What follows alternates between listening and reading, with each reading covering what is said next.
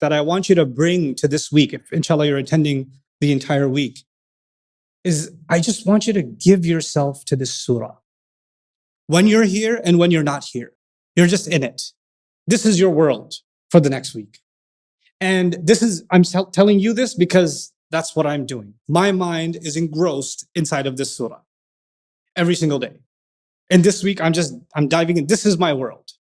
And this is a really beautiful thing to do. Like I see it as, Allah describes his ayat in one place in the Quran. He describes them as risalati Rabbi, letters or messages from my master. I think of it as Allah has written me personally a letter. He's given me this personal message, and I'm going to do everything I can to immerse myself in every word and everything I can get out of this message. It's valuable to me. I'm not going to underestimate it and say, oh, I've read a letter like this one before. Oh, I've heard that one before. I'm coming at it with fresh eyes and with humility. That's one thing I want from you, to get the most out of what we're going to do. The second thing I want you to do is to realize that this is, in fact, every surah is a treasure for myself personally, not for anyone else. It's not, Allah didn't give this for tafsir scholars. Allah didn't give this for linguists. Allah didn't give this for experts. Allah didn't give this for people that have a microphone attached to them. Allah gave this for every believer. And in fact, by extension, every human being. And so if I'm lucky enough, I'm fortunate enough to know that Allah has given me this message, then I'm going to treasure these words, right? I'm going to be focused on them and give myself to them, which then leads me to the next bit of advice. Giving yourself to the surah. Every Muslim, and I've met quite a few Muslims, we all have questions. And you're just itching to get your questions answered. So we could be talking about anything. And when you guys have done your share of lectures, right? And at the end of lectures is a question answer session. And 99.9% of the time, the questions at the end of a lecture, do they have to do with the lecture or no? They don't. And I actually sympathize. That's because most of the time we're talking about things that people can't relate to. And that's why they're asking questions that are actually relevant to their life. So instead of getting mad at the audience, why are you asking that question? Maybe we should be paying attention to the fact that those are the unanswered questions. Maybe it should be the other way around, right? But I'm going to bring that back the other way now. You may have lots of curiosities about lots of things in Islam.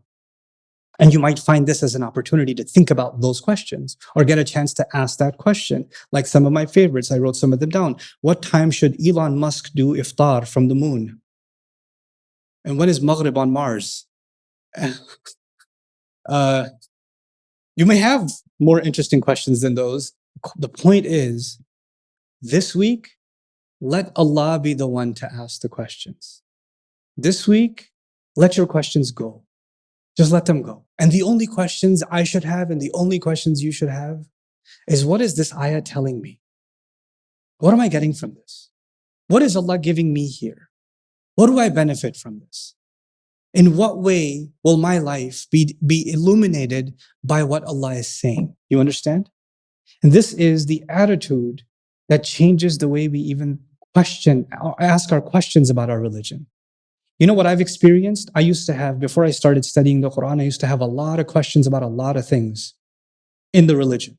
Philosophical questions, legal questions, fiqh, you name it. And then I decided to just let my questions go for a little bit and just study the Quran. Just let Allah be the one that decides what I should think about, what I should wonder about, what I should be curious about. And you know what happened in my personal life? All of my questions disappeared. Either they got answered in a way by Allah without me even asking that nobody could have answered, or I realized how irrelevant the question was. I just realized that because Allah sets priorities too, right? Allah changes our priorities too. So that's my request from all of you to get the most out of this week, is to actually surrender ourselves to the surah, give the most to it, even outside of these discussions. I want you to read, contemplate, think about what it is that Allah Azza wa Jalla is saying in this incredible surah. So that's the opening comments.